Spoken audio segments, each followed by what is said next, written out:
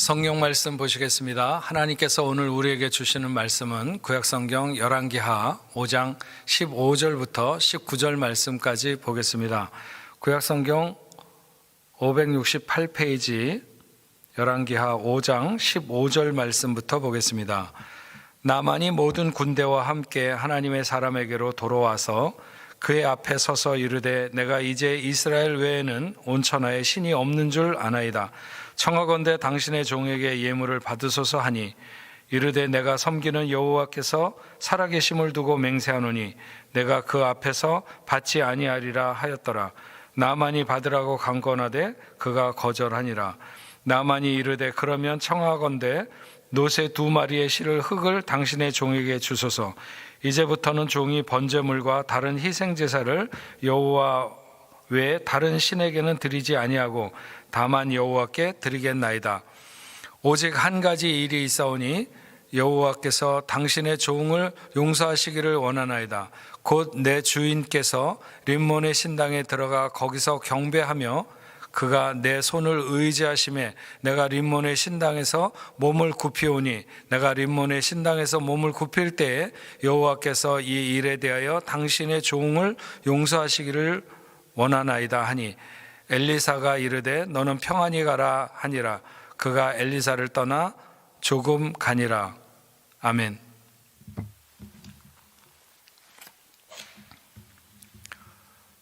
네, 사랑하는 성도 여러분, 오늘 두 번째 날 시간에 우리가 생각하는 것은 열왕기하 5장에 있는 말씀을 중심으로 오직 하나님께만 감사하라 하는 제목으로 계속되는 치유의 말씀을 함께 나누려고 합니다. 어떤 외과 의사가 그런 말을 했다고 합니다. 자기가 많은 환자들을 수술해서 고쳐주면 병원을 나갈 때 고맙습니다 이렇게 한마디 하고 그냥 간다고 합니다. 그리고 가서는 감사원금을 교회에다 한다는 것이죠. 그런 사람들은 의사의 손을 빌렸지만 하나님이 고치셨다 이렇게 받아들이는 사람들이죠. 교회 안 다니는 남편들은 종종 교회 다니는 아내들이 교회에 감사원금을 하면 돈은 내가 벌어다 주는데 왜 하나님께 감사하냐 이렇게 얘기하는 사람들이 있습니다. 바다에서 고기를 잡아오면서 자기 고기라고 말하는 것과 비슷한 것이죠. 세상이 어떻게 돌아가는지 그 큰 이치를 잘 깨닫지 못하는 사람들이 많이 있습니다. 그런가 하면 어떤 사람들은 교회에 온 식구들이 같이 기도해서 병이 나았어도 나을 때가 됐으니까 나았겠지, 아니면 의사나 약으로 고쳐졌다고 생각하는 사람들도 있습니다. 그래서 그런 이야기가 있습니다. 상가에 조그만 교회가 새들어 있는데 지하에 술집이 들어와서 매일 술 취한 사람들이 고성방가를 해서 교회에 너무 방해가 되었던 거죠. 그래서 저 집에 불이 나게 됐으면 좋겠다 그렇게 했는데 정말 성도들이 그렇게 기도한 지 얼마 안 돼 가지고 불이 났습니다. 그랬더니 그 술집에서 어떻게 알았는지 교회에서 불나기를 기도해서 불이 났다고 고소를 한 것입니다. 그래서 술집 사장님과 교회 대표가 한 명이 경찰에 불려갔는데 술집 사장님은 저 교회에서 기도를 해서 불이 났다고 하는 것이고 교회 대표는 아니 기도한다고 불이 나느냐고 이렇게 얘기를 했다고 하는 그런 얘기가 있습니다. 병 고침에는 하나님의 의지적인 병 고침이 있습니다. 베데스다 연못에 38년 된 병자의 경우를 보면 병자가 예수님에게 다가선 것이 아니죠. 그 병자는 스스로 움직일 수가 없는 병자였습니다. 근데 예수님께서 그 병자에게 다가오셨고 내가 낫기를 원하느냐 이렇게 물으셨습니다. 병이 낫고 안 낫고를 떠나서 자기는 그 물에 들어갈 수가 없다고 했습니다. 이 병자는 오직 그곳에만 치유의 길이 있다고 생각했던 것이죠. 그럴 때 주님이 그 병자에게 일어나 내 자리를 들고 걸어가라 이렇게 말씀하셨습니다. 그러니까 그 사람이 곧 나아서 자리를 들고 걸어가게 된 것이죠. 전적인 예수님의 의지가 작용한 것이다, 이렇게 말할 수 있습니다. 또 하나는 우리가 어제 생각했지만 우리의 믿음을 통한 병고침이 있을 수 있습니다. 12해를 혈루증으로 앓던 여인은 예수님의 겉옷만 만져도 자기의 병이 낫게 될 것이라고 하는 믿음이 있었습니다. 그리고 정말 예수님의 겉옷을 만졌습니다. 주님은 그 여인에게 따라 안심하라, 내 믿음이 너를 구원하였느니라. 그는 즉시 나았죠. 하나님의 의지가 선행적으로 작용했던지 아니면 구하는 자의 믿음이 작용했던지 이 두 가지 치유에서 우리는 한 가지의 목적이 발견되는 것을 알 수 있는데, 그것은 바로 하나님의 영광이라고 하는 것입니다. 하나님이 어떤 사람을 가장 소중히 여기실까? 그것은 그 사람이 만약 하나님의 영광에 미친 사람이 있다면 하나님은 그를 세상에서 가장 소중하게 여기실 것이 분명합니다. 삶의 의미와 가치를 모두 하나님의 영광에 두는 사람.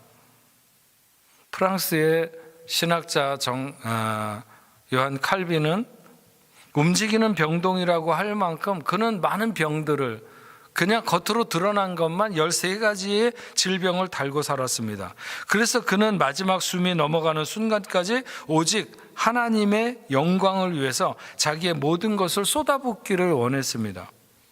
마가복음 17장 11절 이하에 보면 예수님께서 예루살렘으로 가시기 위해서 사마리아와 갈릴리 사이로 지나가실 때 마을 어귀에서 나병 환자 10명을 만나게 됩니다.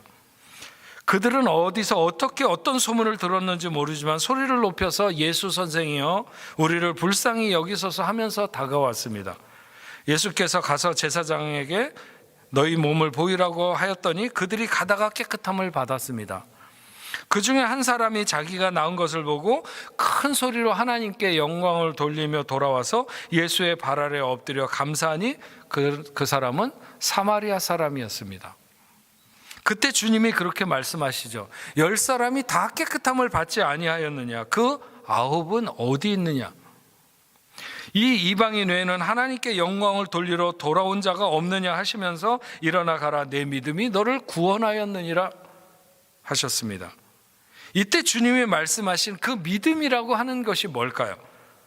예수님 앞에 나오면 나병이 나을 것이라고 생각했던 믿음으로 그가 나병에서 나음을 입었다는 것인가? 그렇지는 않죠. 주님이 그에게 말씀하신 믿음이란 그가 병 나은 것을 깨닫는 순간 예수께 다시 돌아와 감사함으로 하나님께 영광을 돌린 바로 그것을 믿음으로 보신 것이고, 그 구원은 결코 육체의 질병으로부터의 회복만이 아니라 하늘 백성이 되는 구원이 그에게 임하는 것에 대해서 주님은 말씀하셨습니다. 이 말씀을 좀 자세히 보면 사마리아 사람이 한 명이 돌아온 것은 너무나도 귀한 일이 분명하지만 나머지 그 9명, 아마도 한 명이 사마리아 사람이었다고 하는 것을 말하는 것으로 보아 나머지는 유대인들이었겠죠. 그 9은 어디에 갔는가? 그 모두가 하나님의 영광을 드러내야 되는데 그렇지 못한 부분에서 주님은 자신이 그 모든 병자를 낫게 했지만 왠지 짙은 슬픔이 느껴지는 그런 기사인 것을 알 수 있습니다. 주님이 수많은 병자를 고치시며 또 살리셨습니다. 그것이 그들의 믿음을 보시고 고치신 것도 있지만 그들의 믿음 없음을 돕기 위해서 그들을 치료하기도 하셨습니다. 그리고 그 어떤 경우에도 그 치유가 망설임 없이 행해진 이유는 하나님의 영광을 선포하게 되기 때문입니다. 그런데 10명 중에 9이 그냥 병 나은 것에 만족하면서 자기 갈 길을 간 것에 대해 주님은 안타까움이 매우 크셨던 것이죠. 웨스트민스터 신앙 고백의 제1조 인생의 제일 되는 목적이 무엇인가 하는 것을 묻고 그 답으로 하나님을 영화롭게 하고 그분을 영원히 즐거워하는 것, 기뻐하는 것으로 되어 있습니다. 고린도전서 10장 31절에 그런즉 너희는 먹든지 마시든지 무엇을 하든지 다 하나님의 영광을 위해서 하라고 했습니다. 인생의 가장 선명한 목적과 목표는 하나님의 영광이어야 합니다. 이것은 우리의 삶이 매우 곤고하거나 힘든 순간에도 변함없는 것이죠. 독일의 재무장관이었던 그 마르터 바덴이라고 하는 사람이 있었는데, 이 사람이 젊은 시절에 정치를 할 때 매우 고생을 많이 하면서 어렵게 지냈습니다. 언젠가는 한번 지방을 여행하다가 아주 싸고 허름한 그런 여인숙 같은 곳에서 하루를 묵게 되었습니다. 근데 아침에 자고 일어났더니 누가 구두를 훔쳐간 것이었습니다. 가뜩이나 힘들고 어려운 순간에 구두를 잃어버리고 도대체 어떤 놈이 구두를 훔쳐갔는가 욕을 하고, 하나님도 참 무심하시지, 이렇게 원망의 마음이 들었습니다. 근데 그날이 마침 주일인데 여관 주인이 다 낡은 신발을 하나 가져다 주면서 같이 교회를 가자고 그렇게 얘기를 해서 툴툴거리는 마음으로 따라갔습니다. 가서 예배를 드리는데 보니까 옆에 있는 사람이 두 발이 없는 것이었습니다. 아마도 전쟁에서 무슨 사고로 두 발을 잃었거나 아니면 어떤 일이 있어서 두 발을 잃었겠지만, 어쨌든 그는 눈물을 흘리면서 예배를 드리고 있는 것이었습니다. 그때 이 바데는 자기는 신발을 잃어버리고 그렇게 불평하고 원망하면서 하나님 앞에 그런 마음으로 예배하고 있는데, 신발이야 나중에 사도 되겠지만 저 사람은 신이 있어도 신을 발이 없는 저 사람이 저렇게 하나님 앞에 감사하면서 예배를 드리는데, 자기는 뭔가 이런 큰 깨달음을 갖고 그 이후부터 그의 삶이 완전히 변하게 되었다. 이런 이야기가 있습니다. 탈무드에서 세상에서 가장 지혜로운 사람은 배우는 사람이고, 가장 행복한 사람은 감사하는 사람이라는 말이 있습니다. 감사가 마르지 않는 삶이 되어야 되는 거죠. 왜냐하면 그 감사가 항상 하나님의 영광을 나타내기 때문에 그런 것입니다. 1618년부터 1648년까지 유럽에 30년 전쟁이라고 하는 것이 있었죠. 그보다 훨씬 이전에 시작된 종교개혁으로부터 시작으로 많은 종교전쟁들이 있었는데 그 중에 하나였습니다. 수많은 사람들이 죽고 처참하기가 이를 데 없는 그런 시간이었죠. 그런데 그 절망과 고통 속에서 수많은 찬송들이 하나님 앞에 불려졌다고 하는 것입니다. 17세기 말 음악가 환켄나우어가 그 30년 전쟁 동안 불려진 찬송을 수집해서 조사했더니 32,712곡이 만들어져서 불려졌다고 하는 것입니다. 몇 년 후에 회첼이라고 하는 음악가가 더 정확하게 다시 수집했더니 평화로울 때 없었던 55,500곡의 그 찬송이 위기의 순간에 불려졌다고 하는 것입니다. 그것은 그 아픔의 시간에 그만큼 여러 곳에서 하나님의 임재가 있었다고 하는 것을 말하는 것이죠. 우리가 하나님의 영광을 그려보고 하나님의 영광을 생각하지 못할 시간이 없습니다. 우리가 어떤 고통의 문제든지 심각한 질병이든지 그 문제가 왜 해결되어야 하는가, 아니면 반대로 왜 해결되지 않는가, 양편의 대답 모두에 우리는 하나님의 영광이 가장 먼저 생각되어져야 합니다. 사도 바울의 연약함이 무엇이었는지 정확하지 않습니다. 하나님 앞에 내 연약함을 고쳐달라고 사도 바울이 그렇게 간절하게 기도했는데도 불구하고 고쳐지지 않았던 그 연약함이 무엇이었는지 정확하지 않습니다. 그러나 그것이 무슨 질병이었든지 간에 하나님께서 해결할 능력이 없어서 그를 치료하지 않은 것도 아니고, 아니면 바울의 믿음이 부족해서 치료받지 못한 것도 아닙니다. 그러나 그토록 간절하게 기도하는 바울에게 하나님은 내 은혜가 내게 족하다, 그렇게 말씀하셨습니다.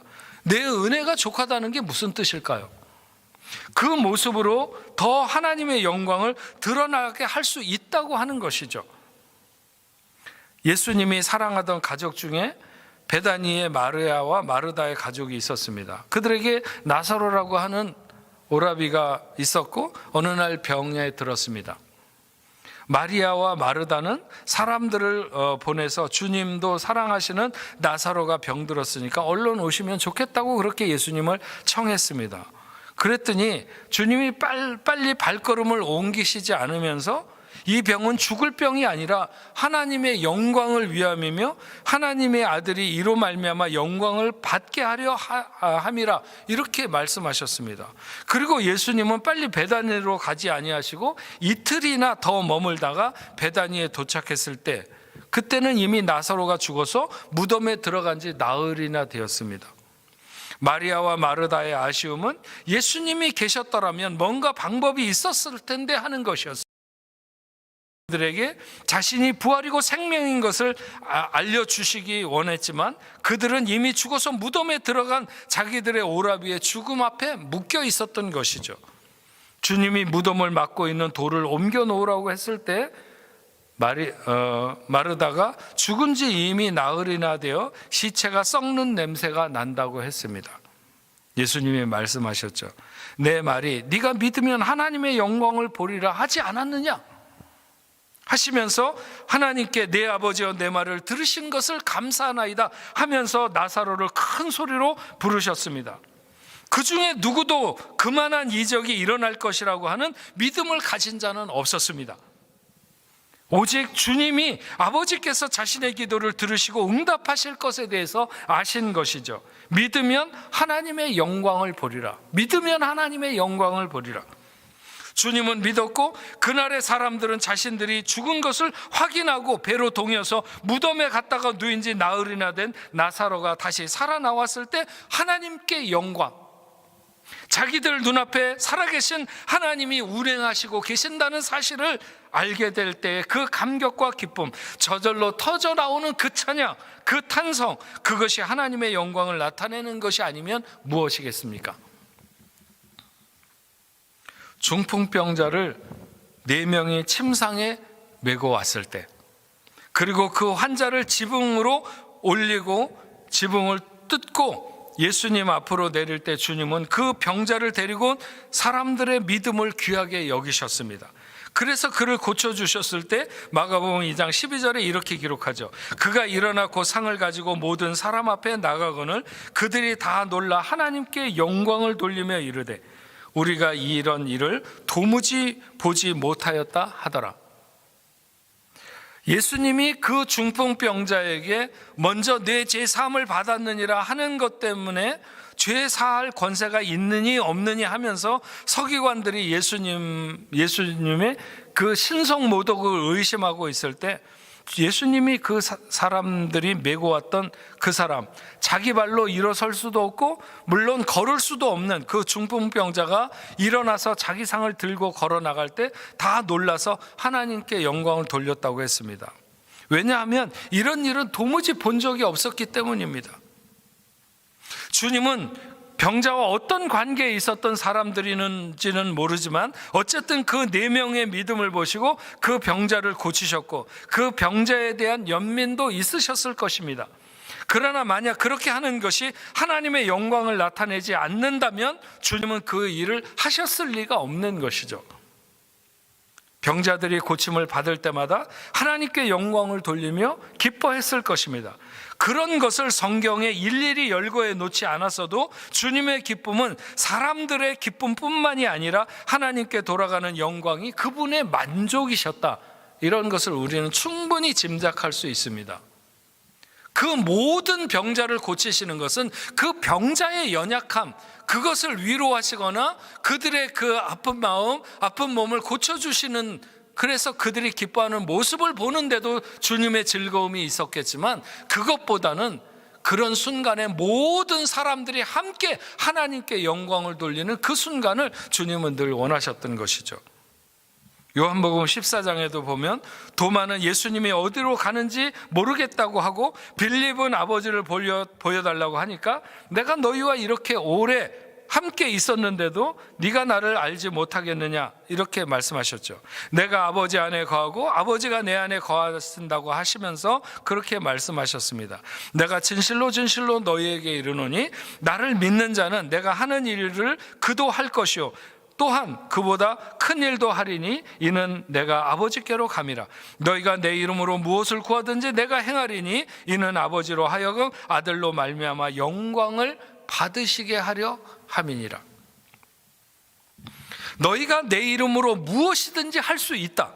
내가 그렇게 할 수 있도록 해줄 것이다. 왜냐하면 그것이 아들로 아버지의 영광을 드러내게 하기 때문이다.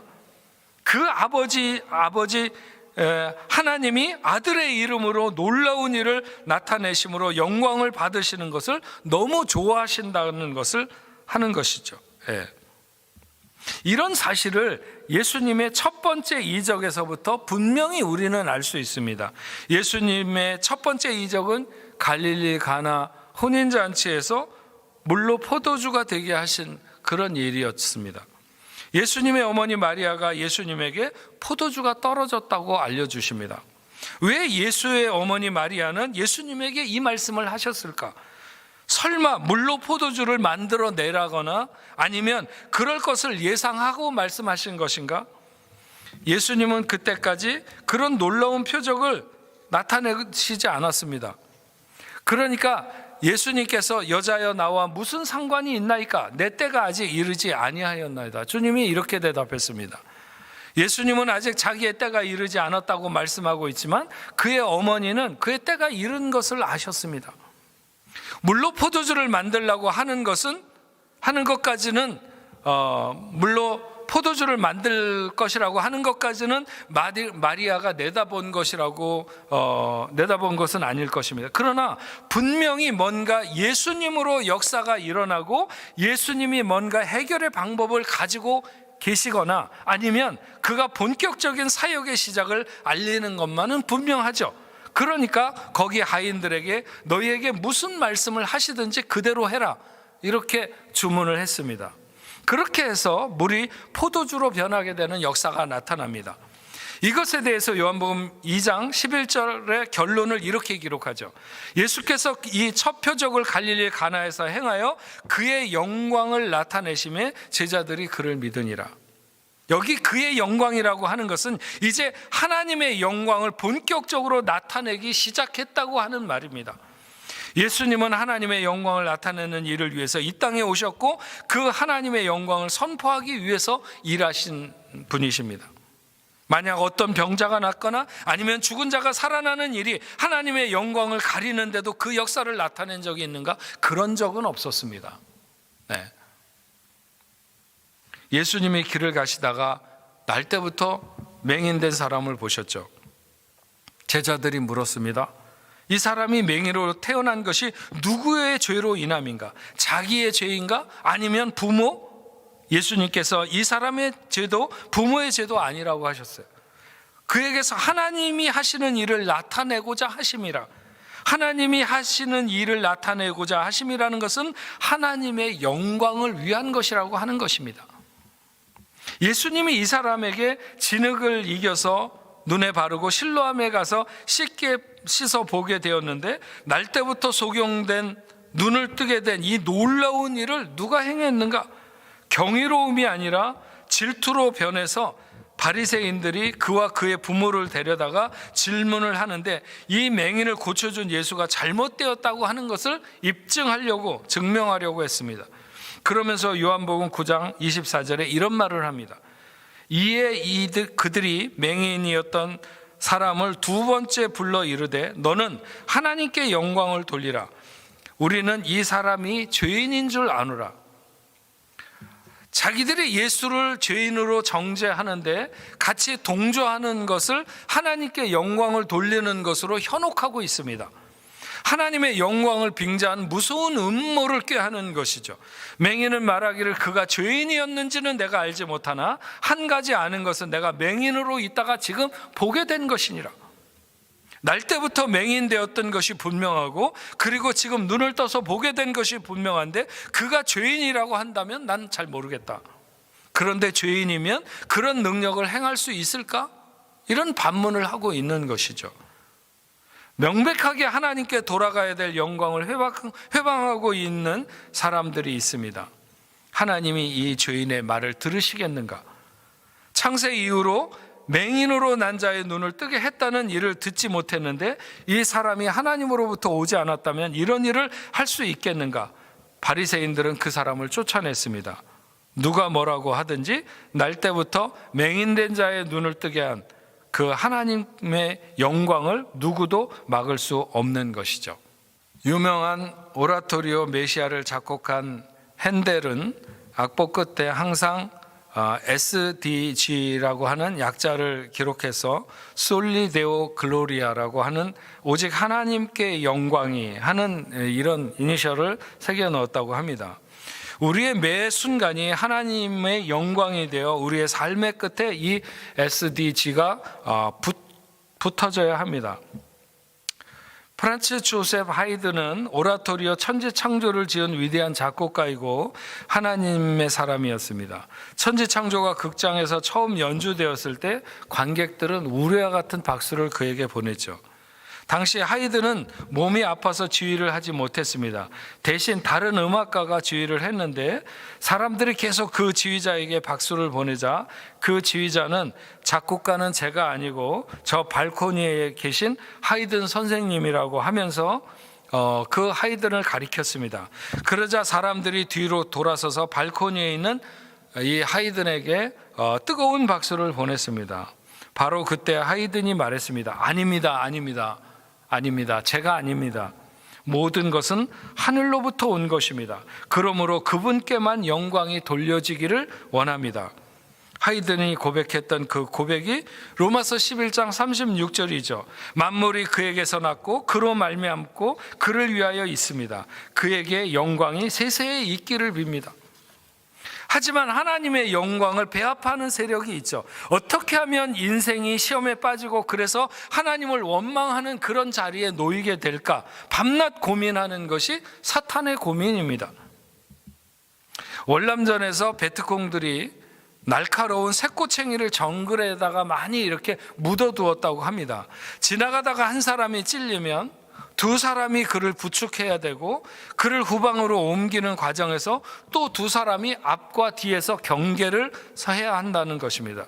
결과적으로 5명의 전력의 손실이 있는 거죠.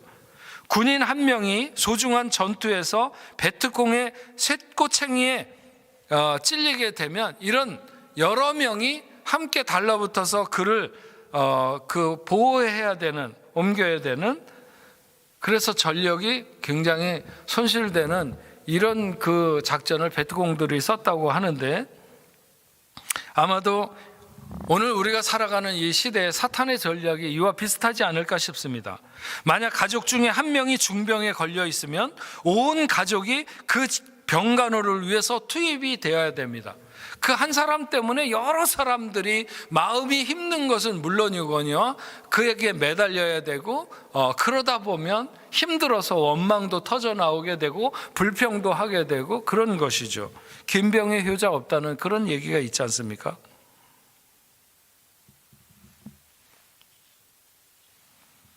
거기에 지불되는 에너지, 시간, 물질 이루 말할 수 없죠. 많은 불평과 불화와 원망, 시비가 끼어들 수 있는 개연성이 너무나도 많습니다.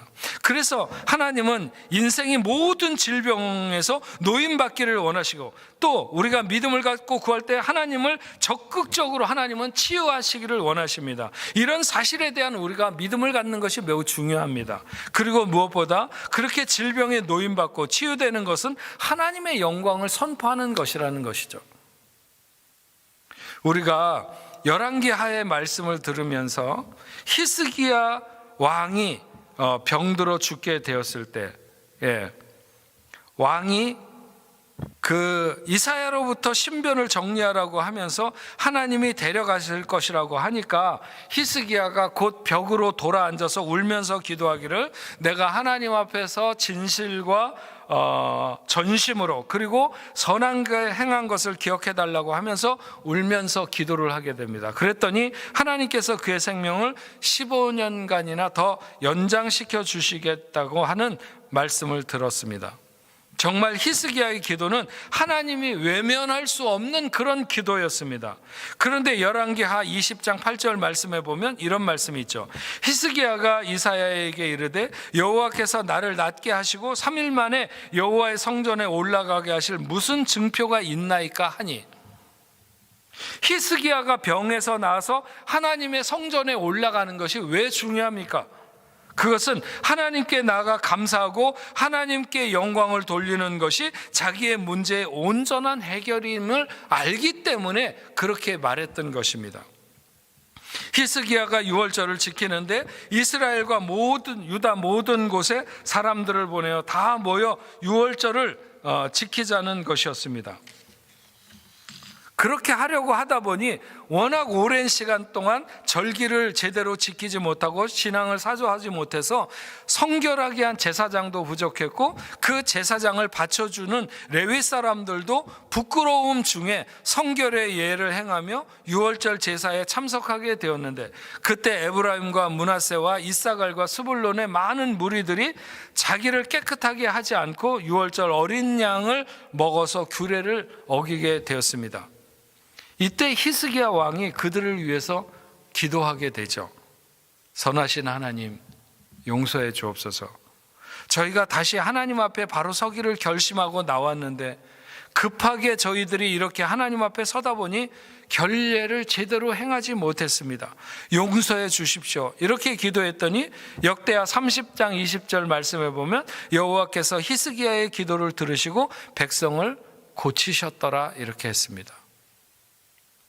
그리고 이어지는 말씀을 보면 그 모든 백성들이 즐거워하며 여호와를 찬송하고 큰 소리 나는 악기로 여호와를 찬양하며 하나님 앞에 감사했습니다. 히스기야의 기도를 들으시고 그 백성을 고치신 이유는 그 백성으로 하여금 하나님의 영광을 선포하게 하기 위함이었습니다. 병자 본인의 믿음이 귀해서 그 병을 고치신 경우도 있고, 그 병자가 하나님의 마음을 움직일 만한 그 어떤 내용을 가지고 있어서 고치실 수도 있습니다. 그 어떤 경우든 병자의 주변에 있는 사람들의 믿음이 귀해서 그를 보고 고쳐신 그런 경우도 있었죠. 어떤 경우에는. 그리고 많은 경우에는 단지 그들이 불쌍해서 긍휼하심으로 그를 고쳐주신 그런 경우들도 있습니다. 그러나 그 어떤 경우에도 그들을 고치시거나 살리셨을 때에는 하나님의 영광이 되지 않는 경우에 그렇게 하신 적은 결코 없었으며, 모든 병을 고치고 살리시면은 하나님의 영광이 목표가 되어 있었다고 하는 것을 우리가 분명히 알 수 있습니다. 마르틴 루터가 인생의 궁극적인 목적은 구원이 아니라 하나님 앞에 영광 돌리는 것이다 이렇게 말하기도 했습니다. 그런데 하나님께 영광을 돌리는 것을 가로막는 것이 무엇인가? 그것이 바로 사람의 영광을 구하는 것이 아닌가 이렇게 생각할 수 있습니다. 사람의 영광을 구하는 것이 하나님께 돌아가야 될 영광을 가린다고 하는 것이죠. 사도행전 3장에 보면 성전 미문에 앉아 구걸하던 안진뱅이를 고쳤을 때 그가 걷기도 하고 뛰기도 하며 하나님을 찬송했습니다. 이것을 보고 많은 사람들이 베드로와 요한을 높이려고 하자 베드로가 이것을 보고 백성들에게 말하죠. 이스라엘 사람들아, 이 일을 왜 놀랍게 여기느냐? 우리 개인의 권능과 경건으로 이 사람을 걷게 한 것처럼 왜 우리를 주목하느냐? 하나님께 돌아가야 될 영광이 사람의 영광으로 바뀌는 것을 철저하게 경계했던 것을 알 수 있습니다. 사도행전 14장에 루스드라에서 바울과 바나바가 나아가면서 걷지 못하는 자를 고치는 역사를 본 사람들이 바나바와 바울을 신으로 보고 제사하려고 하자 바울과 바나바가 옷을 찢으며 소리 지르면서 그들에게 뛰어들어 말했습니다. 여러분들이 어찌하여 이 같은 일을 행하느냐? 우리도 여러분과 같은 성정을 가진 사람이라 여러분에게 복음을 전하는 것을 이런 헛된 일을 버리고 천지와 바다와 그 가운데 만물을 지으신 살아계신 하나님께 돌아오게 함이라. 하나님께 영광을 돌리는 것으로 사람에게 돌아가려고 하는 영광을 차단하는 이런 모습을 볼 수 있습니다. 자기가 영광 받겠다고 하는 것이 아니라 주변에서 그렇게 한다 할지라도 그것을 철저하게 차단하게 될 때 문제가 생기지 않는 것이죠. 우리나라에서도 꽤 괜찮은 영적 지도자들이 굉장히 많이 있었습니다. 그 사람들이 병든 자를 고치거나 많은 신유의 역사를 비롯해서 이런 역사를 행했는데 그 목사님들이 하나님께 돌아가야 될 영광을 자기에게 오는 것을 차단하지 않다가 어느 날 교만해지고 그래서 어느 날 이단으로 넘어간 사람들이 너무나도 많이 있습니다. 사실 지금 한국교회 이단이라고 말하는 그 많은 분들 중에서 예, 물론 뭐 아무나 다 이단이라고 해서는 안 되겠지만, 예, 이 사람들 그런 분들을 가만히 보면요, 이분들은 정말 많은 사람들을 잡아서 끌 수 있는 그런 특별함이 그들에게 있습니다. 근데 처음부터 나쁘거나 잘못된 것이 아닌 분들도 굉장히 많았다고 하는 것입니다. 그러나 역사가 나타날 때 그 영광을 오직 하나님 앞에 돌려드리지 못하면서 그들이 점점 무너지게 되고 사탄의 조종을 받게 되고 아니면 이단으로 이렇게 흘러가게 된 것입니다. 사도행전 12장 20절 이하에 보면 야고보를 죽이고 또 베드로를 잡아서 죽이려고 하며 초대교회를 박해하던 헤롯이 어느 날 왕복을 입고 단상에 앉아서 백성들에게 연설을 했는데 백성들이 크게 부르짖으며 이것은 신의 소리요 사람의 소리가 아니라고 아부를 했더니 헤롯이 우쭐해서 하나님께 영광을 돌리지 않을 때 주의 사자가 그를 치니 벌레가 먹어서 죽게 된 일이 있었습니다. 아마 두로와 시돈 사람들이 헤롯이 쓰는 언어와 달라서 모르는 소리를 할 때 그렇게 아부를 했던 것 같습니다. 그것을 헤롯은 우쭐해서 정말 자기가 마치 신의 반열에 오른 것처럼 그렇게 거들먹거리다가 하나님께서 치실 때 벌레가 먹어서 죽게 된 것이죠. 헤롯이 하나님을 믿는 사람은 아니었습니다. 그래도 그가 사람들이 그렇게 신의 소리 같다고 할 때 짐짓 그런 척하면서 그 영광을 차지하게 될 때 하나님은 그를 봐주지 않고 그를 치신 것입니다. 그래서 더더욱 그런 생각이 듭니다. 목회자로서 설교를 하든지 무슨 일을 하든지 하나님의 대리자를 자처할 때가 얼마나 많은가. 그때 여간 조심하지 않으면 하나님께 돌아가야 되는 영광을 중간에서 가로챌 수 있다고 하는 것입니다. 만약 철저하게 하나님께만 돌아가도록 하지 않는다면 하나님은 계속 어떤 일이든지 그 사람을 앞세워서 일하실 것입니다. 위대한 인물이 된다는 것은 다른 것이 아닙니다. 하나님 앞에서 하나님의 영광을 목표하고 소망하면 위대한 인물이 되는 것이죠. 왜냐하면 하나님이 사용하는 사람이 될 수 있기 때문입니다. 제가 이렇게 그 신유에 관한 치유에 관한 설교를 하니까 실제로 제가 여기에 대한 깊은 관심을 갖고 기도하고 놀라운 역사가 일어나는데 몇 년 전에 서울의 종로에 있는 승인교회라고 하는 교회에 가서 제가 교환 목회를 하는데 가자마자 첫 번째 주일 설교를 그 한 달 동안 그 교회를 가서 이렇게 그 교환 목회를 하기로 했는데 첫 주일 설교를 하고 돌아와서 월요일 날 됐는데 거기 있는 부목사님이 전화가 온 거예요. 교회 그 장로님 딸 중에서 한 명이 아침에 출근하려고 버스를 타고 나가다가 버스에서 쓰러져 갖고 완전히 코마 상태에 빠졌다는 거예요. 그래서 어떻게 하면 좋을지 모르겠다고.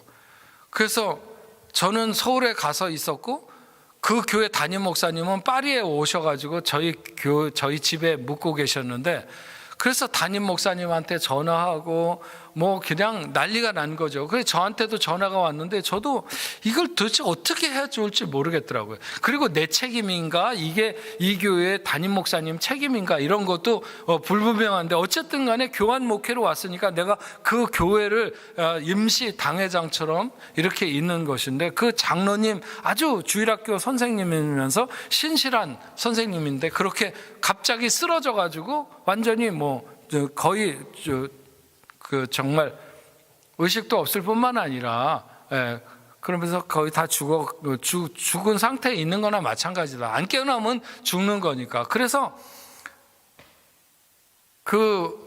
목사님이 어떻게 했으면 좋겠냐고 막 난리를 이렇게 하고 그러는 가운데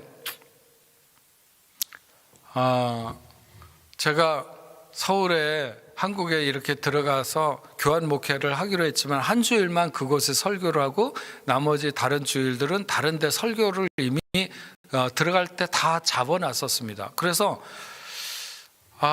내가 주일은 다시 이렇게 이 교회 와서 설교하기가 맨 마지막 돌아가는 주일 외에는 어려운데 혹시 내가 그러면 금요일 날 철야 기도를 설교를 하면 어떻겠냐 이렇게 얘기를 했더니 그 목사님이, 거기에 있던 부목사님이 좋다고, 자기는 산에 가서 기도를 하겠다고 그렇게 얘기를 하는 거예요.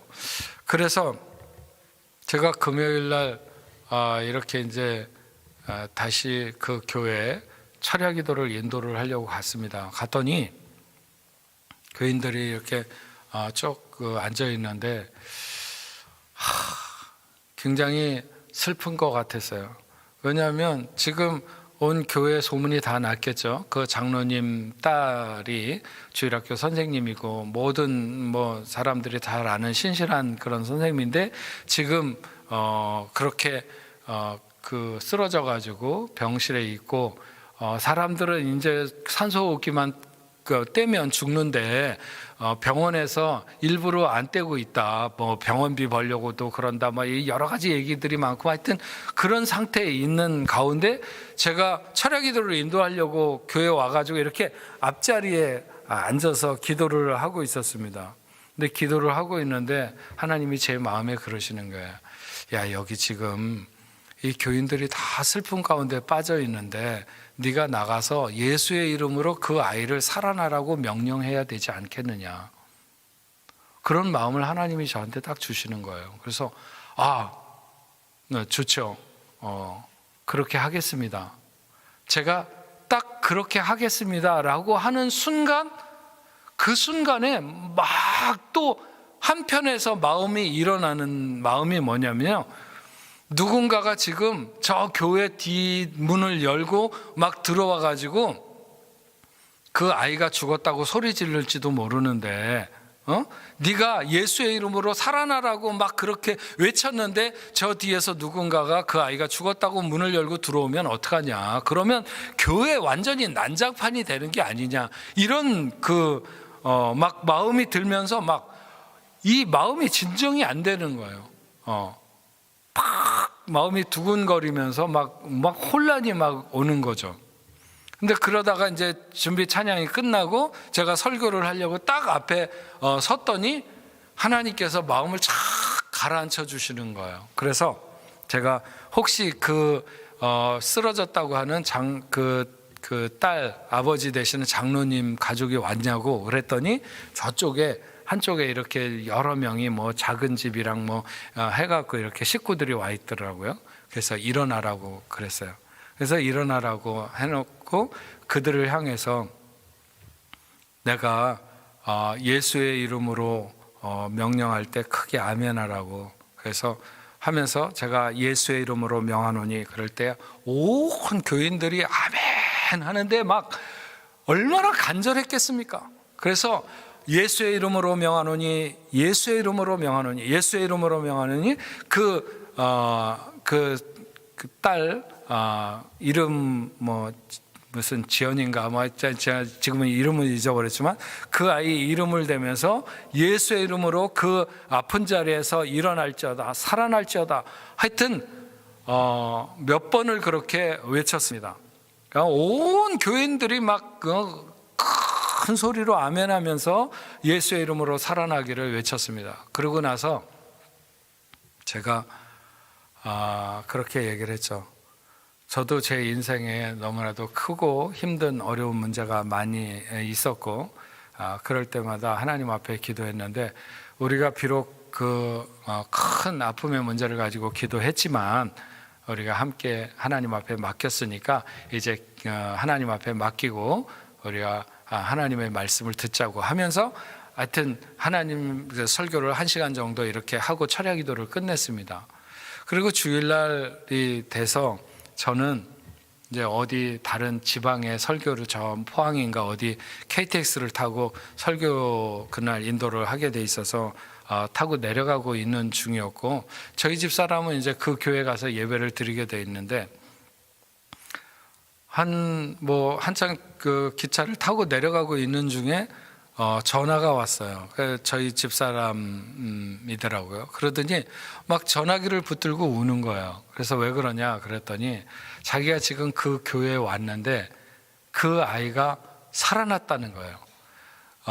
살아났다고 그러면서 막 장로님들이나 문 앞에 서가지고 목사님이 지난 금요일 날 그렇게 기도해 주셔가지고 살아났다고 그러면서 막 자기를 그 전주일에는 그냥 이 사람이 우리 사모라고 그래도 그냥 그런가 보다 그랬는데 그 주일에는 막 마치 무슨 공주 모시듯이 당회장실로 모셔가면서 그 아이가 목사님이 기도해 줘 갖고 사실 우리 집 사람은 그 철야 기도에 오지도 않았었는데 무슨 일인가 누가 그렇게 아프다는 건 알았지만 막 사람들이 그렇게 막 자기를 저기 하면서 목사님이 기도해 주셔 갖고 살아났다고 막 그러니까 울면서 전화를 한 거예요.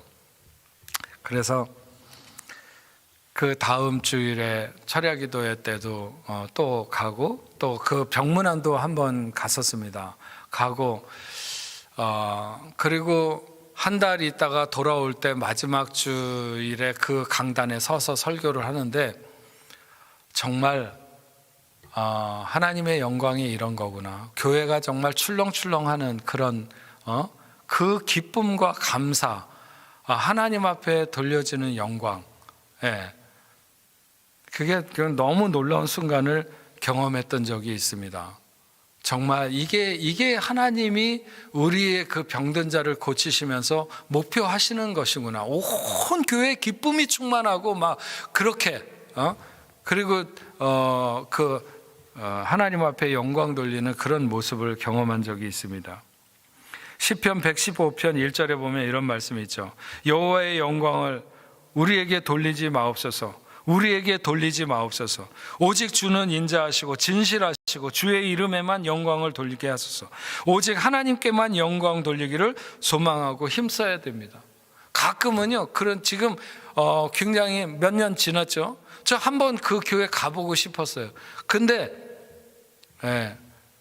사실은 가보고 싶은 마음이 한편으로 있으면서도 한편으로는 없습니다. 왜냐하면 자칫 잘못하게 되면 그것이 마치 나의 무슨 눈곱만큼이라도 힘이나 있는 것처럼 공로가 있는 것처럼 오직 하나님이 하신 일이고 하나님이 영광 받으시기 합당한 일인데 하는 것이죠. 오늘 제가 처음에 앞에서 읽었던 열왕기하 5장 본문의 말씀을 생각해 보려고 하는데요. 우리가 잘 알고 있는 내용입니다. 아람의 군대 장관 나아만이 나병에 걸렸습니다. 그 집에 이스라엘 집에서 잡혀온 여자아이 하나가 있었는데 자기가 모시고 있는 여주인에게 우리 주인이 사마리아에 계신 선지자 앞에 계셨으면 그가 나병을 고쳤을 것이라고 말하는 것입니다. 아마도 처음에는 말 같지도 않은 소리로 여겼지만 그 아이의 여러 행동거지나 움직임이 전혀 거짓말할 것 같이 보이지가 않고 또 단순하게 그 나병을 낫게 하는 것만이 아니라 그동안 보여주었던 엘리사의 여러 가지 행적들을 말할 때 나만의 아내가 관심을 갖지 않을 수가 없었던 것이죠. 그래서 남편에게 이야기했고 아내는 남편을 어떻게 해서든지 설득했던 것입니다. 남편 나만도 어지간한 일 같으면 그냥 무시해버리고 말았겠지만 자신의 질병이 점점 심각해져 갈 때 방법은 없었고 또 계속 전해 듣는 이야기 속에 그럴 수만 있다면 얼마나 좋을까 하는 이런 바람이 작은 기대로 그리고 믿음으로 자라서 결국 아내의 요구를 따라 이스라엘의 선지자를 찾아가기로 결심했던 것입니다. 군대의 장수가 자기의 주거지를 이탈할 때는 반드시 통수권자에게 이탈지에 대해서 이야기를 해야 하기 때문에 왕에게 나아가서 이만저만해서 내가 이스라엘 선지자에게 다녀오겠다고 했습니다. 아람 왕은 자기 나라에도 없는 나병을 고치는 용한 사람이 이스라엘에 있다고 하는 것이 믿어지지는 않지만 나라를 구한 장수가 병을 고치기 위해서 가겠다고 하니까 자기가 다른 도움은 주지 못하지만 그래서 막을 수 없다고 생각해서 보내주는 대신에 이스라엘 왕에게 서신을 하나 써갖고 보내주는 것이죠. 우리나라 장수가 이만해서 당신의 나라를 방문하게 되는데 내가 아끼는 장수인데 당신의 나라에서 이 병을 고치는 용한 사람이 있다고 하니 잘 고쳐서 보내주면 좋겠다 하는 것이었습니다. 어쨌든 나만은 이런저런 사정 끝에 이스라엘에 오게 되고 왕은 그것은 필시 이스라엘 왕은 아람 왕이 핑계를 만들어서 전쟁을 하려고 하는 수작이다 이렇게 생각을 했죠. 그래서 왕이 자기 옷을 찢으며 어떻게 쓰면 좋겠느냐 했더니 그 이야기를 전해 들은 엘리사가 자기에게 보내라고 하는 것이었습니다. 그래서 나만이 엘리사에게 왔을 때 엘리사는 내다보지도 않고 가서 요단강에 7번 몸을 씻으라고, 그러면 내 살이 회복되어 깨끗하게 되리라고 하는 것이었습니다. 나만은 뭔가 의존적이지 못하고 또 치료의 방법으로 제시한 것이 너무나도 어이없는 것이어서 그냥 돌아가려고 생각했습니다. 왜냐하면 자기 나라의 강인 그 아바나와 바르발 강에 비하면 요단강은 그냥 개천, 개울 같은 수준이었습니다. 물도 훨씬 더 깨끗한 강이 자기네 나라에 있는데, 그래서 내가 씻을 물이 없어서 여기에 온 것이 아닌데 분이 나서 돌아가려고 했습니다. 그래서 발길을 돌리려고 할 때 아마 그 따라온 여종이 말했겠죠. 아버지요, 선지자가 당신에게 더 큰 일을 행하라고 말했다 할지라도 그렇게 따라서 하지 않았겠습니까? 하물며 당신에게 이르기를 씻어 깨끗하게 함이니까. 나만이 생각해 보니까 맞는 말이에요. 그래서 요단강에 내려가서 7번 몸을 잠글 때 그의 살이 어린아이의 살과 같이 깨끗하게 회복되었다고 하는 것입니다. 나만이 얼마나 놀랐을까요? 그 벅찬 감격과 그 놀라움을 뭐라고 말해야 될까? 그 경이로움이 표현할 수 없었을 것입니다. 그래서 그 모든 군대와 더불어 하나님의 사자에게로 돌아와서 그에게 이르기를, 내가 이제 이스라엘 외에는 온 천하에 신이 없는 줄을 내가 분명히 믿나이다. 청하건대 당신의 종에게 예물을 받으소서. 이렇게 했지만 엘리사가 거절했습니다. 그랬더니 나만이 노새 2마리에게 실을 흙을 달라고 했습니다. 이제부터는 종이 번제물과 다른 희생제사를 여호와 외에는 다른 신에게는 결코 드리지 아니하고 여호와에게만 드리겠나이다. 그러면서 한 가지 용서해 주기를 구하는 것이 있는데, 그것은 자기가 돌아가서 자기 왕이 림몬의 신당에 들어갈 때 자기가 왕을 호위해서 들어갈 수밖에 없는데, 그때 모든 신하가 몸을 굽히게 되어 있습니다. 자기가 몸을 굽히는 것에 대해서 용서해 달라고 하는 것이죠. 보이지 않는 곳에서 자기가 무슨 행위를 하든지 다 알 것을 전제하지 않으면 그렇게 미리 용서를 구하지 않을 것입니다. 이제 나만은 그 왕이 무슨 신을 섬기든지 자기는 하나님만을 유일한 신으로 섬기며 오직 그에게만 제사하고 다른 신에게는 제사하지 않겠다고 결심했습니다. 그는 자기가 지금까지 살아오면서 수많은 나라와 전쟁을 치러봤고 또 이곳저곳에서 체험하는 많은 신들을 섬기는 사람들을 만나고 혹은 제사했지만 자기가 자기의 삶에 체험한 여호와 하나님만을 분명하게 그 살아계신 존재를 드러내신 신이 없다는 사실을 분명히 깨달았습니다. 그래서 자기 나라는 림몬이라는 우상을 섬기는 나라이고 자기의 왕도 그러하겠지만 이제 자기는 오직 이스라엘의 하나님만을 섬기겠다고 굳게 결심한 것입니다. 여기서 엘리사가 왜 나만에게 왔는데 내다보지도 않고 사람을 시켜서 요단강에 가서 7번 씻어 깨끗하게 되라고 했을까? 그래야 권위가 더 있어 보이니까? 아니면 나만을 납작하게 만들어 놓기 위해서? 아닙니다. 이유는 한 가지죠. 그것은 자기가 아니라 하나님을 더 드러내기 위해서입니다. 만약 자기가 나와서 이렇게 조근조근 설명하면 나만은 엘리사에게 그 모든 공을 돌리려고 했을지 모릅니다. 그러나 누구인지도 보지도 못했지만 다만 하나님의 대리자라고 하는 것만을 알고 그가 시키는 대로 하였더니 자기 나병이 물러가고 그 징그럽던 피부가 그 떨어져 나가서 없어졌던 그런 모든 부분들이 돌아와 있고 피부가 어린아이의 살과 같이 그렇게 되었을 때 그는 기대하고 왔던 정말 그렇게만 될 수 있다면 얼마나 좋을까 하는 그런 모든 바람이 있었지만 그러나 저 깊은 속에 그의 마음 속에는 정말 이것이 이루어질 수 있는 일일까? 그렇게 생각했는데 정말 고쳐졌을 때 정말 자신이 정상적인 사람보다 더 말끔하게 건강을 회복했을 때 그 중심에 받은 충격이라고 하는 것은 상상할 수가 없었던 것입니다. 엘리사가 왜 나중에 나아만이 드리는 예물을 받지 않겠다고 했는가? 자기가 한 일이 아니기 때문에 하나님이 하셨다고 하는 것을 나타내기 위해서, 오직 엘리사는 그 모든 일을 통해서 하나님의 영광만을 드러내기를 원했습니다. 아마 엘리사도 이 점을 나만에게 여러 차례 강조했을 것입니다. 내가 한 것이 아니다. 내가 그렇게 할 수 있는 능력이 나에게 있는, 내가 그런 사람이 아니다. 오직 하나님, 세상에 유일하신 참 하나님, 그분이 당신의 병을 고치신 것이다. 엘리사는 나만의 마음에 위대한 신을 체험한 그 마음, 하나님을 향하여 일평생 그 마음을 들이면서 살겠다고 하는 결단하는 그 자세가 쉽게 무너지지 않을 것을 내다보았을 것입니다. 이스라엘의 왕조차도 아람 왕이 자기 장수를 보내서 나병을 고쳐달라고 하니까 이것은 필시 전쟁을 거는 수작이라고 생각했고, 아람 왕은 자기 장수가 나병을 고친다고 하니까 편지를 써서 주기는 주지만, 그러나 무슨 수로 나병을 고치겠는가, 아마도 그렇게 생각했을지 모릅니다. 그러나 그 모든 사람들의 회의를 여지없이 깨트리면서 어찌 그렇게 나병에서 놓이기를 간절하게 소망하던 나아만조차도 그의 마음속 깊은 곳에서 정말 될까, 정말 이런 일이 일어날까, 이런 의심을 떨치기가 어려웠는데, 하나님의 역사는 그의 마음과 앞으로 그의 남은 삶에서 오직 하나님만을 자기의 하나님으로 섬기며 살겠다고 하는 결단을 갖게 충분하도록 하나님이 역사하신 것을 알 수 있습니다.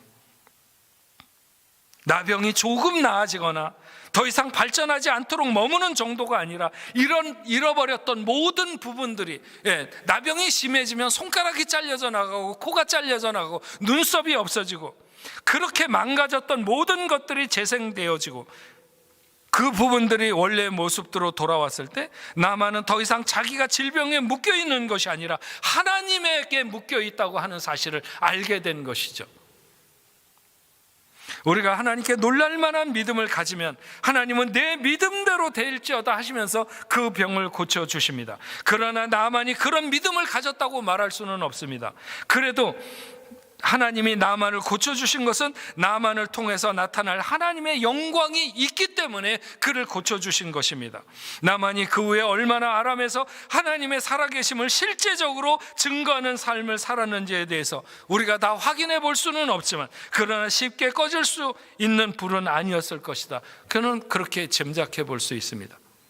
그는 멈추지 않고 자기에게 역사하신 하나님의 이름과 그 능력을 죽을 때까지 칭송했을 것입니다. 그가 죽음으로 숨을 멈추는 순간까지도 하나님, 그분이 자기의 삶에 역사하셨던 그 놀라운 일을 잊을 수 없었을 것입니다.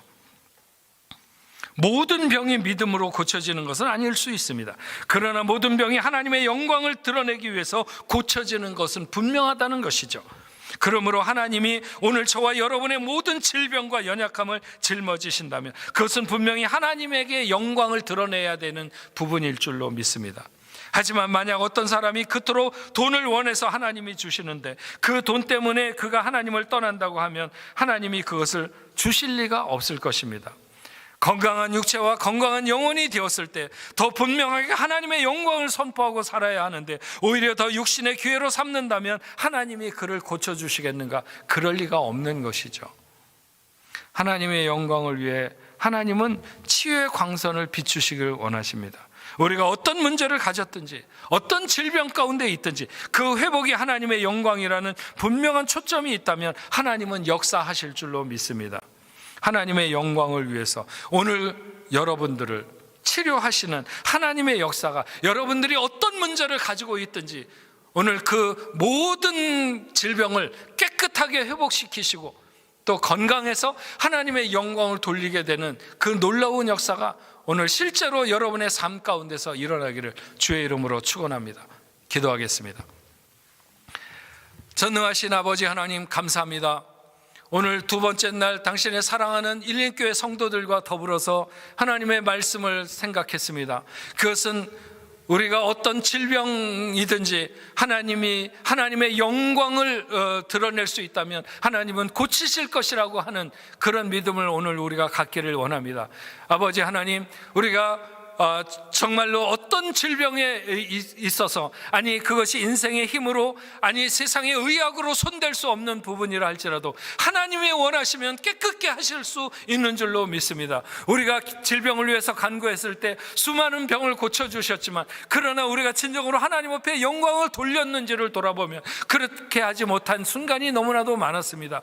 아버지 하나님, 오늘 다시 한번 우리가 이 말씀을 들으면서 깨닫습니다. 하나님의 영광을 드러내기 위해서 하나님 오늘도 치유의 광선을 바라시며 우리의 연약한 부분에 찾아오시고 모든 병을 깨끗게 하시는 귀한 역사가 오늘 당신의 사랑하는 자녀들, 이 말씀을 듣는 일교회 성도들에게 아버지의 역사될 수 있도록 주여 도와주시고, 저들이 기도하는 아버지 하나님, 저들의 부모 형제들이나 아버님은 주변에 있는 모든 사람들에게 질병마저도 아버지 하나님이 고치시는 귀한 역사가 나타날 수 있도록 주여 도와주시옵소서. 코비드19로 인하여 고통받는 민족들, 나라들 아버지 하나님의 역사하여 주시되, 오늘 아버지 하나님 말씀처럼 하나님의 영광을 선포하기 위하여 그들의 병에서 놓이며 아버지 앞으로 하나님의 영광을 드러내며 살아가는 존귀한 삶이 될 수 있도록 인도하여 주시옵소서. 예수님의 이름으로 기도합니다. 아멘.